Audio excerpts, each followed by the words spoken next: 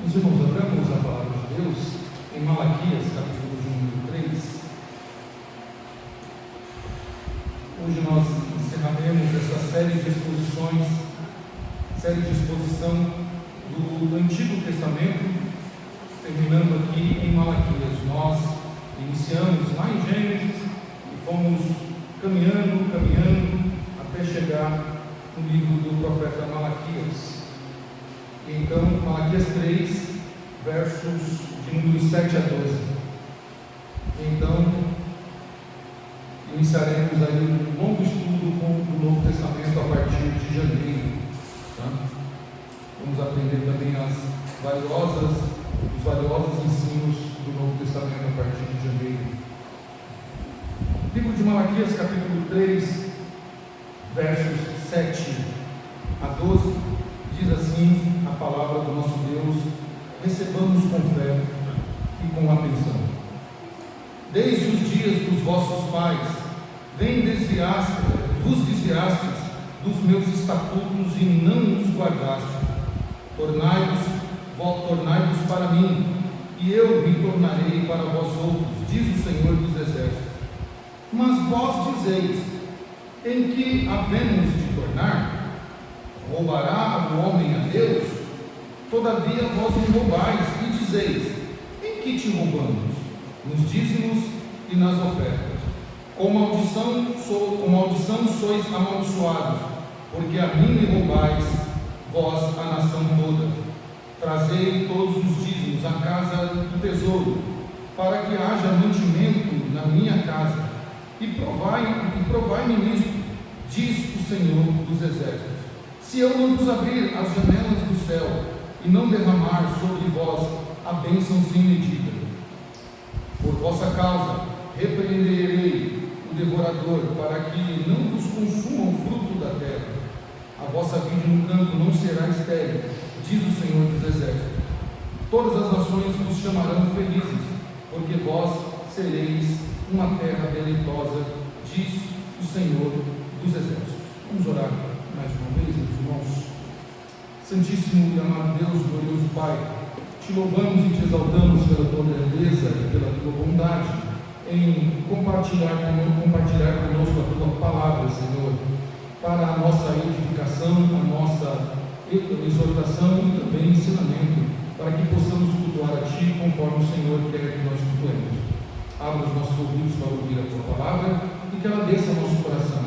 Uma vez que descendo ao nosso coração, possamos praticá-la no dia a dia, Senhor, para que o teu nome seja glorificado. Oramos com gratidão em nome de Jesus. Amém. Meus irmãos, o puritano John Owen, do século XVII, se não me falha a memória, 16 e 17, ele escreveu sobre a obediência a Deus esta frase, ou este pensamento: não há qualquer tipo de obediência que prestemos a Deus contra o qual o pecado nos se opõe. E quanto mais espiritualidade ou santidade houver no que fazermos, maior é esta oposição. Assim, aqueles que buscam oferecer o melhor a Deus são os que experimentam a oposição mais forte. Então, John Owen, olhando para esse texto de Malaquias, ele então escreve este pensamento dizendo que todas as vezes que nós tentamos fazer o correto para agradar a Deus, todas as vezes que nós propomos no coração servir ao Senhor com gratidão, com obediência à sua palavra, vamos ter oposição, tá? Vamos ter oposição do inimigo de nossas almas, Satanás, da nossa natureza pecaminosa e também daqueles que são chamados pelas Escrituras dos filhos do diabo. Esses vão procurar sempre fazer com que nós vivemos opostos àquilo que o Senhor determinou. E para entendermos, meus irmãos, o que o profeta Malaquias está escrevendo nesse capítulo 3, é preciso que nós relembremos de todo o livro. E para entender todo o livro do profeta Malaquias, nós temos que recorrer para a aliança do Senhor com o seu povo, porque aí nós vamos entender que nesse texto Deus está pedindo quando nós nos propomos a falar nessa noite que cultuar a Deus exige obediência. Embora nós lemos sobre dízimos e ofertas, e para qualquer pregador que não que não tenha uma obediência das Escrituras é um prato cheio para falar de dízimos e ofertas, de falar de desafio, de propor aí que você faça um voto com Deus e você ter uma quantidade X nessa noite no gasofilácio. É um prato cheio que muitos têm usado. Mas a nossa proposta nessa noite é falar que o culto a Deus exige obediência. Cultuar a Deus exige obediência. Deus exige obediência do seu povo para cultuá-lo em todas as esferas. Então, para compreendermos o livro de Malaquias, à luz da doutrina da aliança, é preciso que nós então recorremos a essa doutrina tão valiosa e tão cara para nós, que é a doutrina da aliança, como Deus se aliançou com o seu povo. E por diversas vezes mencionados nessa profecia de Malaquias, ele vai sempre lembrar o povo, os estatutos, a aliança que Deus fez, a palavra do Senhor, em outros termos. Então nós precisamos lembrar que lá atrás, no livro de Gênesis, quando Deus chamou Abraão e o tirou da terra de Ur dos caldeus, dizendo, sai da tua terra, sai da tua parentela e vai para uma terra que eu vou te mostrar. Ali Deus firma uma aliança com Abraão, e esta aliança está mencionada lá no capítulo 12, quando Deus muda então a história e a trajetória de Abraão, se aliançando com ele. E em Gênesis 17, Deus então ratifica esta aliança com Abraão, fazendo um pacto com Abraão mesmo ali no capítulo 17. De sua parte, Deus então se compromete ao quê? Deus se compromete a ser o Deus de Abraão e de toda a sua descendência. Então Deus aliançou com Abraão e disse: eu vou te abençoar, e a sua descendência será abençoada mais do que as estrelas do céu e do que a areia do mar. Então Deus disse: todos serão abençoados em Abraão. E então, meus irmãos, Deus haveria de proteger toda a descendência de Abraão, todos aqueles que estão em Abraão.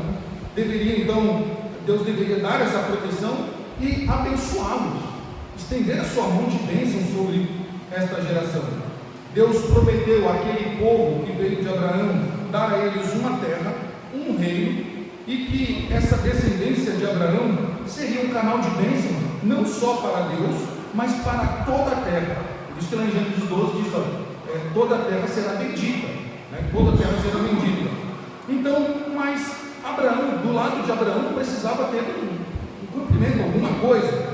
Do lado de Deus foi: eu vou te abençoar, e vou abençoar toda a sua descendência, e toda a descendência, a sua descendência será bendita por causa do pacto que eu fiz com você. Mas Abraão teria uma condição para que Abraão e toda essa descendência recebesse essa bênção do Senhor. E do lado de Abraão só foi pedido uma coisa: a obediência. Assim como lá atrás em Adão, no período da inocência, também foi pedido que ele obedecesse a Deus. Para Abraão então obediência. Abraão teria que obedecer a Deus, e não só Abraão, mas toda a sua descendência. E o conteúdo dessa obediência viria um pouco mais tarde, lá na lei de Moisés, ou por intermédio de Moisés, com a lei que o Senhor entregou nas mãos de Moisés, que nós chamamos de os 10 mandamentos.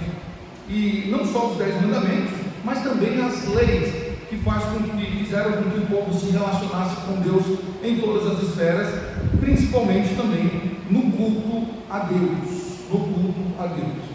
Então Deus entregou a lei, e a lei começa justamente, o decálogo começa justamente com: não farás, não terás outro Deus diante de mim, ou seja, não cultuarás outro Deus.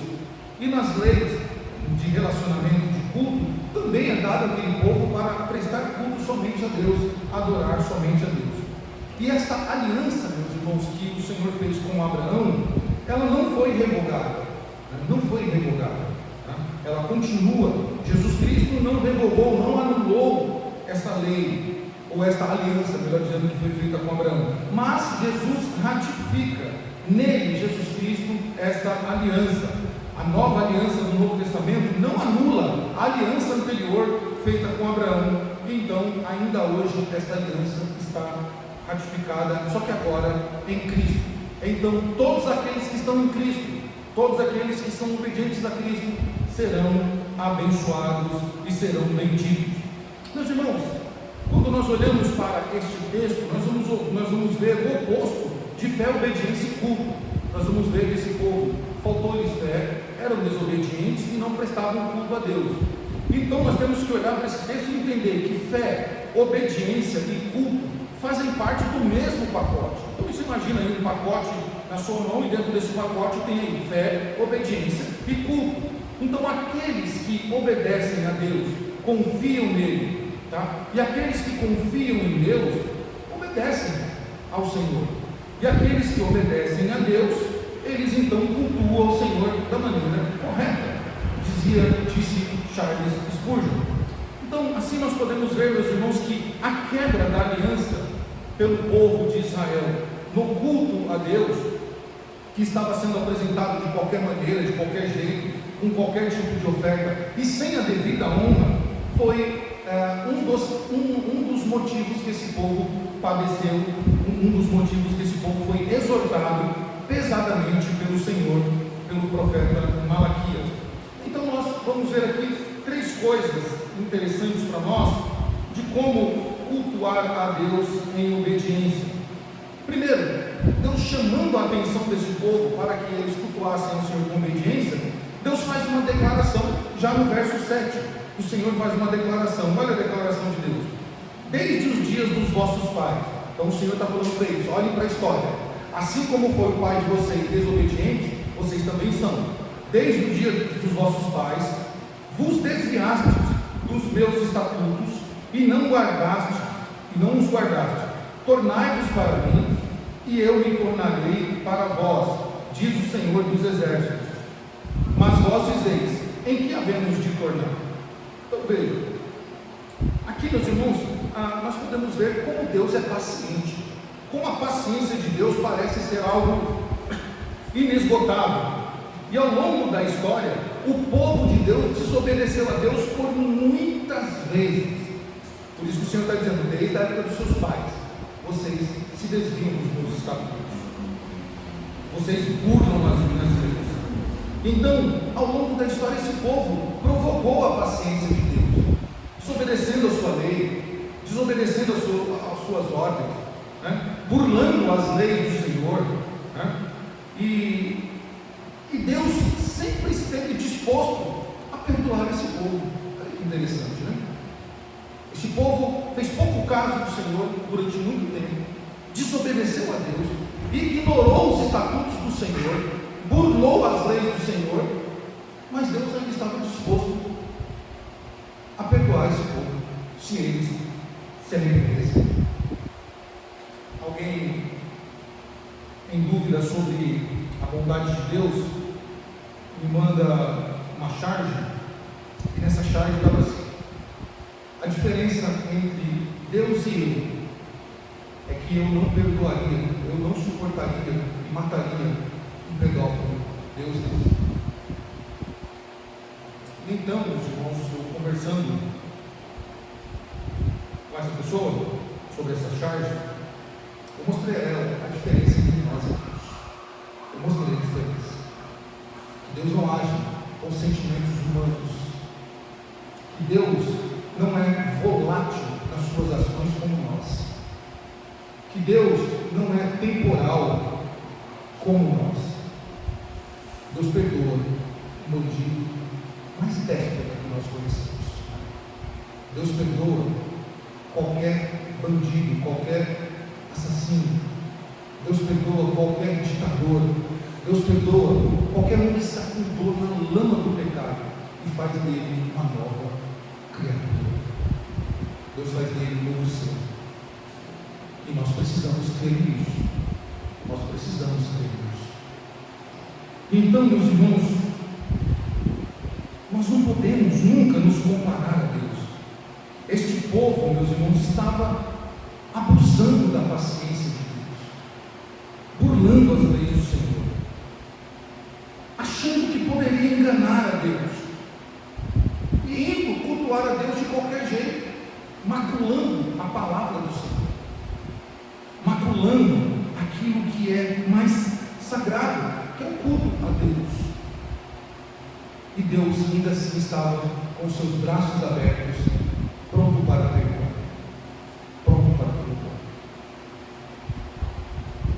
Meus irmãos, nós podemos ver aqui nesse texto que Deus, Ele é um Deus gracioso e bondoso, um Deus que não leva em conta as nossas muitas falhas, não leva em conta a nossa ignorância. Porque, meus irmãos, muitos daqueles judeus que voltaram do cativeiro deram as costas para Deus, ignoraram o perdão de Deus. Vejam só, Deus pronto para perdoar, eles ignoraram o perdão de Deus e a restauração de Deus, porque não quiseram reconhecer que eles pecaram, não quiseram reconhecer que eles são pecadores. E esse é o maior problema que eu e você temos, quando nós achamos que nós somos perfeitos, quando o nosso dedo só está apontado para os outros, quando nós somos os santinhos e os outros são os pecadores, quando nós nos colocamos numa cerca impenetrável e uma áurea angelical, e nós só apontamos os outros, e ignoramos o perdão de Deus e a restauração do Senhor. Esse povo então deu as costas para Deus, e nós não podemos seguir este exemplo mau, porque Deus está sempre pronto para perdoar todos aqueles que se voltam para Ele, todos. Não há nada que nós façamos que Deus não possa nos perdoar, não há nada que nós tenhamos praticado que Deus não possa nos perdoar. E não só nos perdoa, como Ele nos purifica, nos restaura, nos transforma e faz de um Zaqueu, que era um defraudador, um homem de Deus, que transforma a vida de uma prostituta, como era o caso de uma das discípulas de Jesus, que molda a vida de homens que eram mal vistos na sociedade nos tempos de Jesus, e os transforma. E então, meus irmãos, nós não podemos ignorar o perdão de Deus. E este povo então ignorou, quando o Senhor disse: voltem para mim. A resposta deles foi totalmente contraditória. O Senhor diz: voltem-se para mim, arrependam-se dos seus pecados, guardem os termos da minha aliança, renovem a minha aliança, a aliança comigo, façam isso. Mas o que esse povo estava dizendo? Esse povo voltou-se para Deus e disse assim: espera lá, o que nós fizemos? No que nós temos que nos tornar a Ti? No que nós temos que voltar ao Senhor? Do que nós temos que se arrepender? Mais à frente, Deus vai dizer a eles, no verso 10, que eles roubaram a Deus, que eles deveriam se arrepender. Isso que nós podemos ver no verso 9, no verso 8: roubará o meu Deus, todavia vós me roubais, e dizeis: em que te roubamos? Nos dízimos e nas ofertas, responde o Senhor. Meus irmãos, este povo estava totalmente cego, eles não estavam olhando a oportunidade que o Senhor estava dando a eles de se arrependerem, porque eles estavam maculando o culto a Deus. Então o Senhor convoca eles: venham a mim e eu vou abençoar vocês, vocês precisam se arrepender. E eles: do que nós estamos, do que nós precisamos voltar? Do que nós precisamos arrepender? Deus diz: porque vocês me roubam. Aí a resposta deles é totalmente contraditória. No que nós roubamos a Deus? Como o homem pode roubar a Deus? Como o homem, um ser fraco, um ser insignificante, pode roubar um Deus tão grande? E Deus responde: nos dízimos e nas ofertas, e nós vamos falar disso. Então, este apelo, meus irmãos, este apelo que Deus faz aqui para que o homem se arrependa, a expressão aqui é muito forte, é dar meia volta. Não é simplesmente deixar algo, mas é dar meia volta. É como se o homem estivesse caminhando numa trilha e Deus diz: dê meia volta, dê meia volta. No grego seria uma mudança de mente, seria a tal da metanoia. Então Deus disse a eles: vocês desviaram-se dos meus estatutos, vocês transgrediram a minha lei, e vocês transgrediram aquilo que chamamos de mordomia, a administração aplicação dos dízimos e das ofertas alçadas. Então diz: se arrependam, e eu me tornarei a vocês. Se vocês se arrependerem, vocês serão restaurados, vocês serão perdoados, e as suas necessidades materiais serão supridas de acordo com a obediência a Deus. Meus irmãos, por que eles estavam roubando a Deus? Deus disse para eles que eles estavam roubando. E aqui Deus fala de uma mordomia, né? E essa mordomia que Deus fala a eles equivale a uma fraude. Eles estavam fraudando a Deus, ou seja, roubando mesmo, literalmente roubando Deus. E Deus diz que é nos dízimos. E isso que eles estavam fazendo era uma desobediência à lei. Porque quando nós vamos lá para Levíticos capítulo 27, se você quiser abrir sua Bíblia em Levíticos 27, versos 30 a 31, você vai ver que este povo estava defraudando a lei, eles estavam deixando de cumprir uma ordem que o Senhor deu a eles na lei, lá em Levíticos. O Senhor deixou claro o que precisava se fazer. Capítulo 27, versos 30. Também todas as dízimas da terra, tanto de cereais do campo como das frutas das árvores, são do Senhor. Santas são ao Senhor. Se alguém das suas dízimas quiser resgatar alguma coisa, acrescentará a sua quinta parte sobre ela. No tocante às dízimas do gado e do rebanho, de tudo que passar debaixo da vara do pastor, e o dízimo será santo ao Senhor. O dízimo será santo ao Senhor. Não se investigará se é bom ou mal, nem o tocará, mas se algum modo o tocar, um e outro serão santos, não serão resgatados. Então veja, o Senhor deu uma ordem aqui a eles. A entrega dos dízimos era uma ordem. Eles precisavam dar isso e levar isso à casa do Senhor. Eles tinham que depositar isso no celeiro do Senhor. E eles estavam então descumprindo uma ordem que é dada também em Levíticos 18, que é repetida em Deuteronômio 24, para os dízimos e as ofertas. Então, eles deveriam, do seu plantio, dos seus gados, trazer a 10ª parte para a casa do Senhor. E a palavra oferta aqui, que é dada, se aplica a primícias voluntárias, ofertas voluntárias. Além da 10ª parte do gado e da colheita, eles deveriam levar ofertas alçadas, espontâneas, para a casa do Senhor. Então, meus irmãos, Deus, Ele declara a esse povo: vocês não estão me cultuando conforme eu ensinei vocês. Eu disse como devo ser cultuado. E se o culto, ele é, e de fato é, a obediência ao que Deus deixou, então não cultuar da maneira como Deus estabeleceu é um pecado. E nós precisamos nos arrepender disso. Trazendo para nós, Deus disse como Ele quer ser adorado. Deus não pede de nós, de nenhum de nós, nada daquilo que nós não possamos dar a Deus. Como Deus disse que Ele quer ser cultuado por nós? Em espírito e em verdade. Deus procura adoradores que o adorem em espírito e em verdade. Então, não adorar a Deus em espírito e em verdade é uma desobediência a Deus. Como é que Deus quer ser cultuado? Deus quer que toda a glória no culto seja dada a Ele. Quando nós não damos a glória a Deus, nós estamos desobedecendo a Deus. Como Deus quer ser cultuado? A palavra diz: tudo que tem fôlego louva o Senhor. Louva o Senhor com instrumentos de cordas, com saltério, com harpa.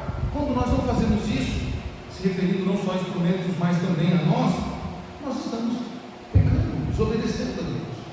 Como Deus quer ser cultuado? Com os dízimos e as ofertas. Quando nós não fazemos isso, nós estamos desobedecendo a Deus. Então vejam, o culto a Deus não é simplesmente entrar numa igreja, não é simplesmente sentar em um banco e cantar 2, 3 hinos, ouvir um pregador expor um texto e voltar para casa. O culto a Deus requer aquilo que Ele determinou, aquilo que Ele prescreveu, como Ele quer ser adorado. Por isso, nós temos que nos preparar para o culto a Deus. Por isso, devemos entrar por essas portas com obediência ao Senhor, com obediência a Deus, porque senão o nosso culto ele é rejeitado, o culto é rejeitado por Deus. Deus não aceita qualquer coisa, porque Deus não é qualquer um. Deus não aceita resto, porque Deus não é sobra de nada. Deus ele quer o melhor que nós possamos dar, e Ele quer de nós obediência no culto a Ele. Mas aí, meus irmãos, a partir do verso 8, então o povo questiona Deus. Olha o que diz aí. Deus fala: roubará o homem a Deus, todavia vós me roubais, e ainda dizeis: em que roubamos, em que te roubamos? Né? Fazendo coro ao que eles dizem no capítulo 7, em que nós devemos, em que havemos de tornar? Depois, em que te roubamos? Então, este povo, meus irmãos, a reação deles é uma reação contraditória, uma reação totalmente fora dos padrões do povo de Deus. Eles disseram: mas em que havemos de tornar? Do que o Senhor está falando? Nós não estamos entendendo o que o Senhor está dizendo. Arrepender-se do quê? Em que estamos pecando contra o Senhor? O que estamos fazendo de errado? Percebam que são coisas que muitas vezes nós repetimos. No que eu tenho sido mal com o Senhor? No que eu não tenho feito certo ao Senhor? No que eu tenho deixado de cultuar biblicamente ao Senhor? As consciências, ou a consciência deste povo foi cauterizada. Eles não sabiam que eles eram pecadores, ou não aceitavam que eles eram pecadores. Eles não reconheciam que tinham se desviado do caminho do Senhor. Então eles estavam questionando a Deus, dizendo: o que nós temos feito de errado? O que nós erramos?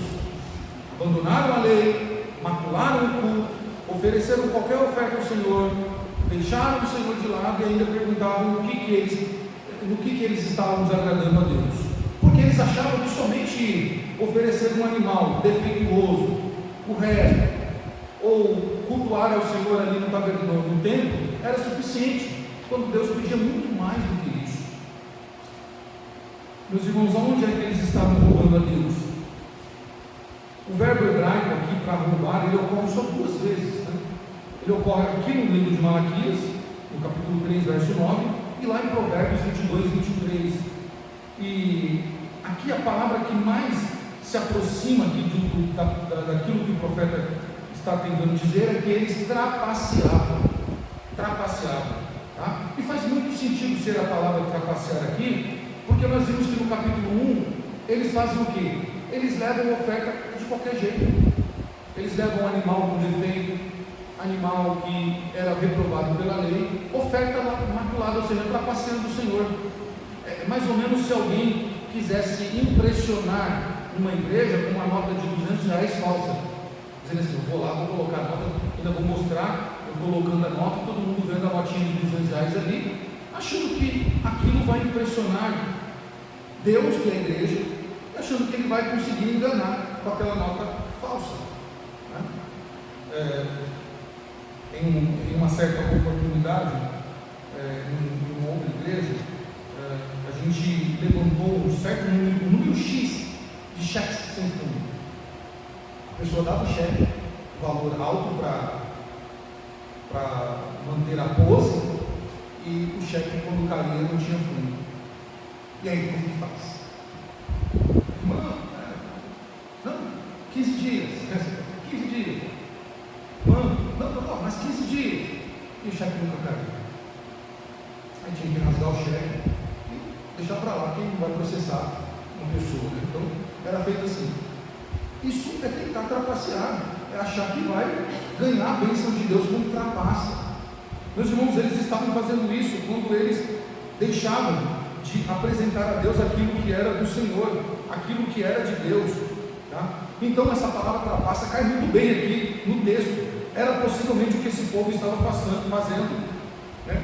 E um ponto sobre o qual esse povo era culpado era justamente de segurar o dízimo, reter. Eles entregavam a oferta de qualquer jeito, trapaceando, mas o dízimo eles retiam o dízimo, tá? Eles não levavam as ofertas, os dízimos e as ofertas ao templo, tá?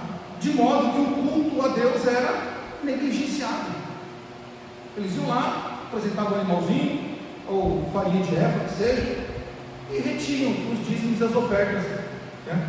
Com isso, meus irmãos, eles deixavam os sacerdotes sem o sustento suficiente para a manutenção deles, porque lá atrás nós devemos lembrar na lei que os levitas, eles não tiveram na distribuição das terras, eles não tiveram terras, porque Deus disse: olha, eles são meus, eu vou cuidar deles. Então Deus estipulou que todas as demais tribos deveriam contribuir, tá, com o dízimo, para que a tribo de Levi, que trabalhava no templo, que cuidava do culto a Deus, eles fossem sustentados pelas demais.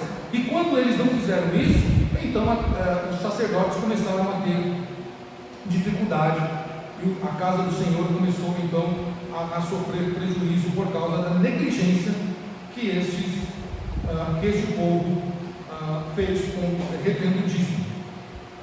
O dízimo, ele fornecia o sustento para os trabalhadores do templo da casa do Senhor.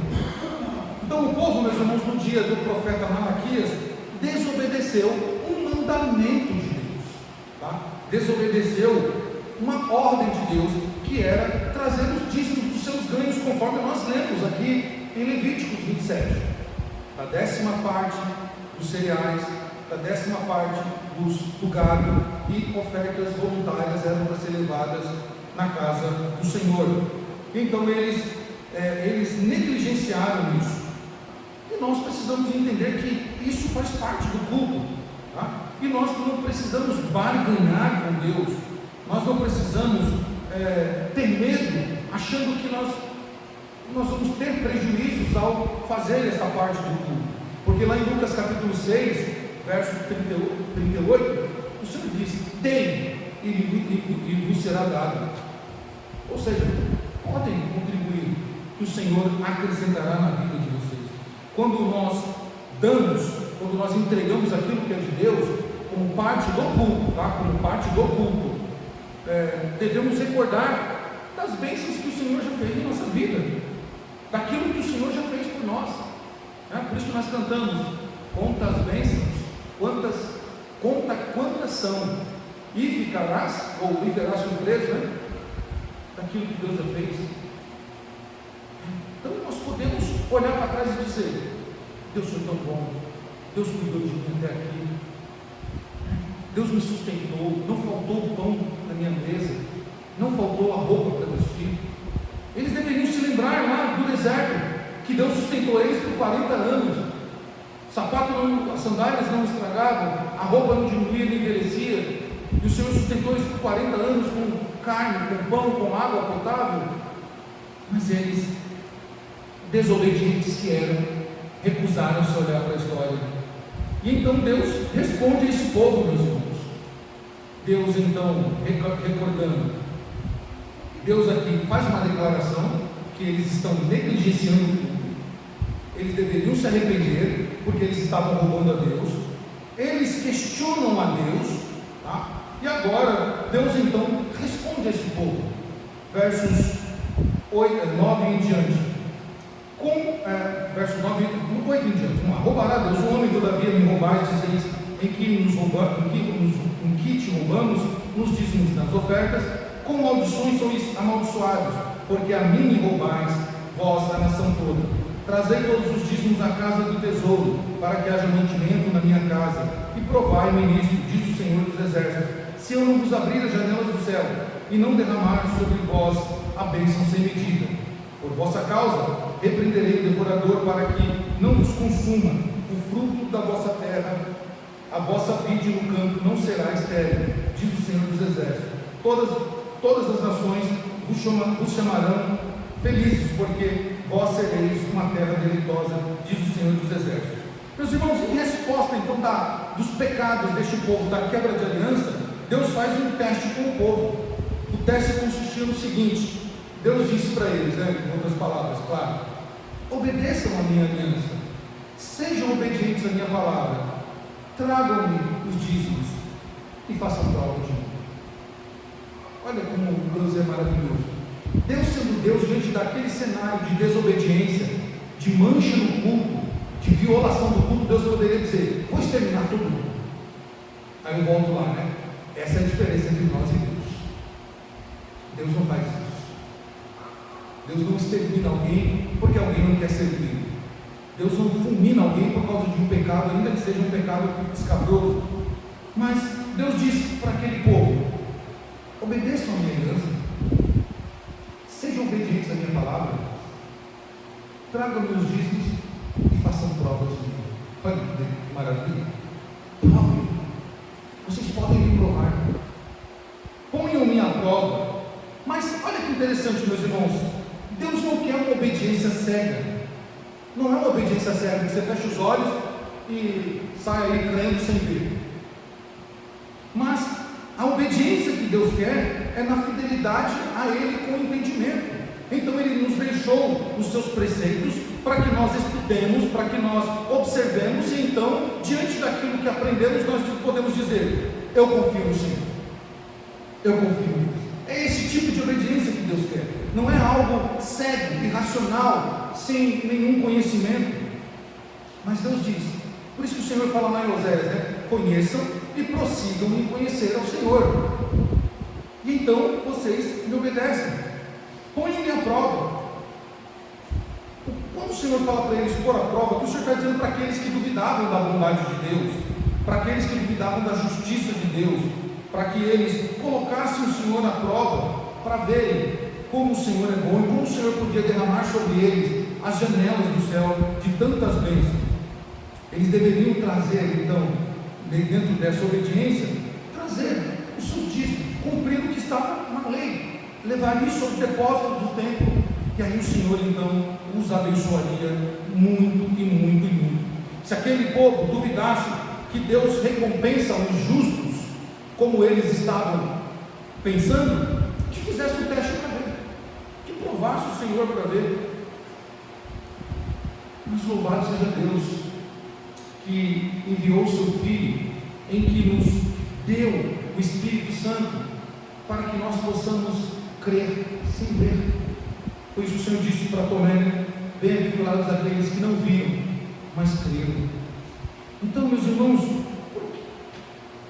podemos fazer prova de Deus ainda hoje, dizendo: Senhor, eu estou aqui te servindo, mas eu quero ser fiel, Senhor, eu quero te obedecer. E a Bíblia diz que, o salmista falando, né, que ele nunca viu um justo mendigando o pão, e nem a sua descendência.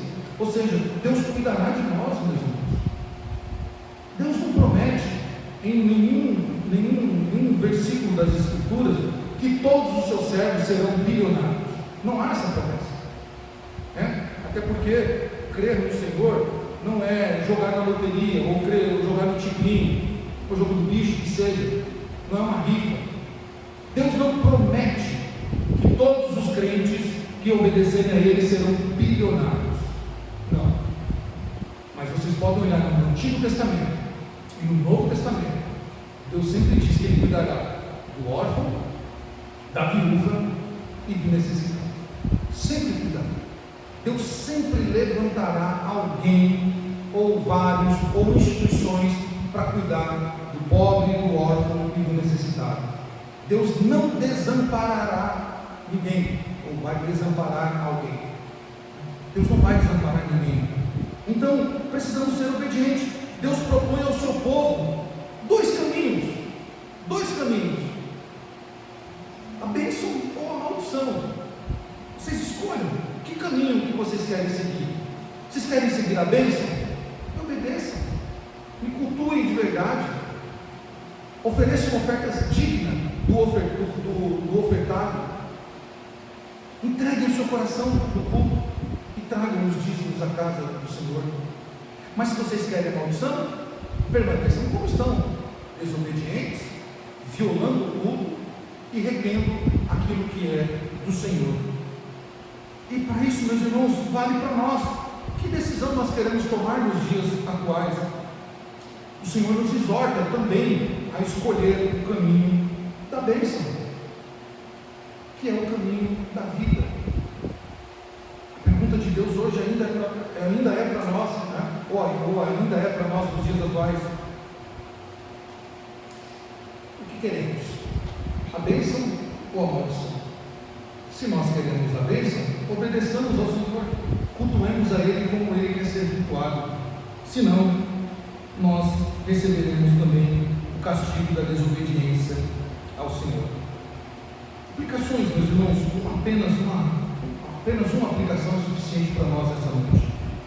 Hebreus capítulo 12, versos 28 e 29 diz assim: portanto, já que estamos recebendo um reino inabalável, sejamos agradecidos, e assim adoremos a Deus de modo aceitável, com reverência e temor, pois o nosso Deus é fogo consumidor.